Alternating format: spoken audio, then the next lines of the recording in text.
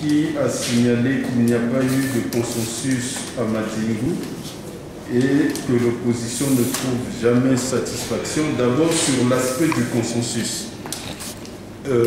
J'ai pu dire lors d'une émission que je me félicitais de ce que à Madingu, les participants étaient d'accord sur leur désaccord.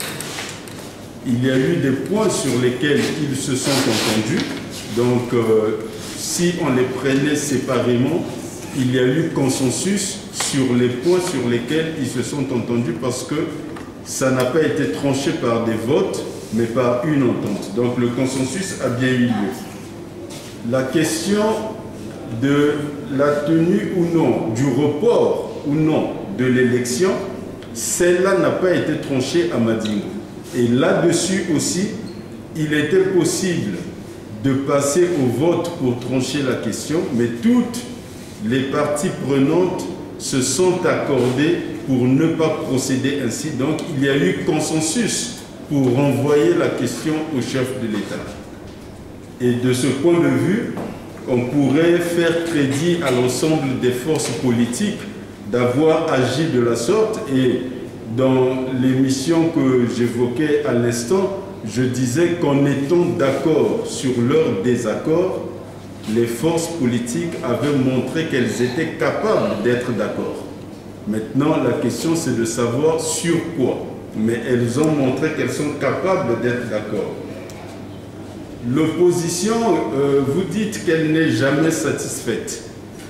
Je n'irai pas jusque-là, mais je ferai observer une chose qui, dans notre pays, passe par perte et profit. Et je pense que de ce point de vue, il faudrait reconnaître à l'opposition congolaise le mérite dans un contexte très difficile pour l'ensemble des dirigeants.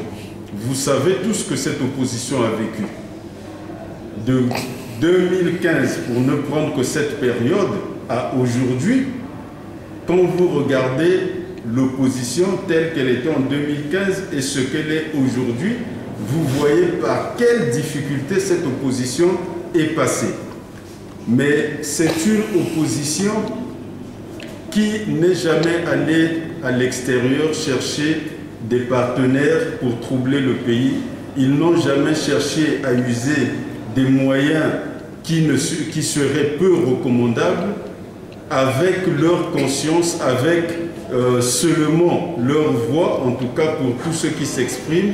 Ce n'est que par leur voix et l'appel à leurs compatriotes qu'ils mènent le combat difficile qui est le leur. Donc ça, à un moment donné, la nation doit avoir, je dirais, le recul de reconnaître la qualité de l'opposition que nous avons de ce point de vue, parce que dans d'autres pays, on voit les opposants passer le plus clair de leur temps à chercher à l'extérieur les moyens de déstabiliser leur pays. Donc il faut reconnaître ce mérite à l'opposition du Congo.